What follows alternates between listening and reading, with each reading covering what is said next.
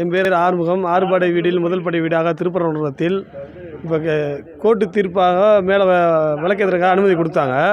இப்போ இந்த அனுமதியை நாங்கள் பிரச்சனை பண்ணோம். கிராமத்து சார்பாக, அனைத்து ஊர் கிராம சார்பாக பொதுமக்கள் போராட்டம் பண்ணோம்.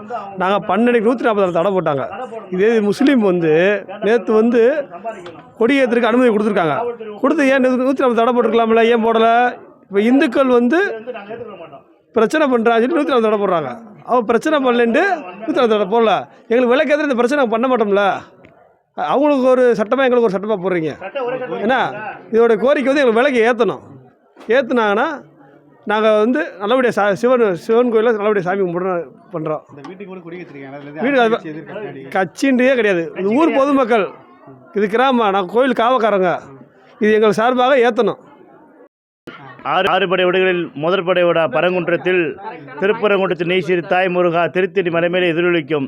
திருத்தணி எதிரொலித்தால் திருப்பரங்குன்ற மலை தீபத்துறை விளக்க வேற்ற வேண்டும் என்று மாபெரும் முன்னாள் அறப்போராட்டம் நடத்தினோம். கிராமத்து செலவு நடத்தினோம். அதுக்கு அனுமதி கொடுத்து நடத்தினோம். இப்போ மலைக்கு போகிற பாதைக்கில் விளக்கை ஏற்றணுண்டு ஊர் பொதுமக்கள் சார்பாகவும் தெரு சார்பாகவும் நாங்கள் மறியல் பண்ணோம். எங்களை கொண்டு போய் 20 பேரை கொண்டு போய் மடத்தில் அடைச்சி போட்டாங்க. சாயந்தரம் 9 மணிக்கு, இரவு 9 மணிக்கு எங்களை விட்டாங்க. பார்த்தா தெருவில் ஒரே அராஜகம் நடந்துருச்சு. முஸ்லீமுக்கு சாதகமாக இருக்கும் காவல்துறை நாங்கள் வன்மையாக கண்டிக்கிறோம். இந்த வீட்டுக்கு எங்களுக்கு முருகனுடைய நாங்கள் அருளோடு இருக்கோம். எங்களுக்கு தீபம் ஏற்றணும். இது அரசியல்லாம் கிடையாது. இது எங்களுக்கு முருகனுடைய பக்தர்கள் நாங்கள் அதனால் நாங்கள் கொடியேற்றுறோம். கிராம பொதுமக்கள் சார்பாக நாங்கள் ஒரு மனசாராக நாங்கள் காவக்காராக நாங்கள் முதல்ல விளக்கு ஆதி காலத்தில் விளக்கு ஏற்றிருக்காங்க. பாட்டியம் காலத்தில் ஏற்றிருக்காங்க. இப்போ தடுத்து நிப்பாட்டுறாங்க.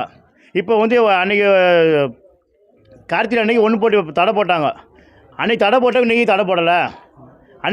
இப்போ ஏக்கு திறந்து விட்ருக்காங்கண்ணா, 15 நாளைக்கு திறந்து விட்ருக்காங்கன்னா அவங்க சம்பாதிக்கணும். இப்போ இஸ்லாமிய இப்போ சம்பாதிக்கணும், மலையில் சம்பாதிக்கணும். கேரளாக்காரங்க வருவாங்க, அதாவது சம்பாதிக்கணும். அதை திறந்து விட்ருக்காங்க. இதுக்கு காவல்துறையும் கவர்மெண்ட் ஒத்துழைப்போடு இருக்குது. நாங்கள் திறக்கிற அன்றைக்கி திறக்க விடலையே, இந்துக்களை விடலையே. அப்போ இந்துக்களை துரோகம் பண்ணுற காவல்துறையே ஒழியா. என் பேர் முத்துலட்சுமி சாமி. திருப்பரங்குன்ற மலைக்கு விளக்கேற்றணும்.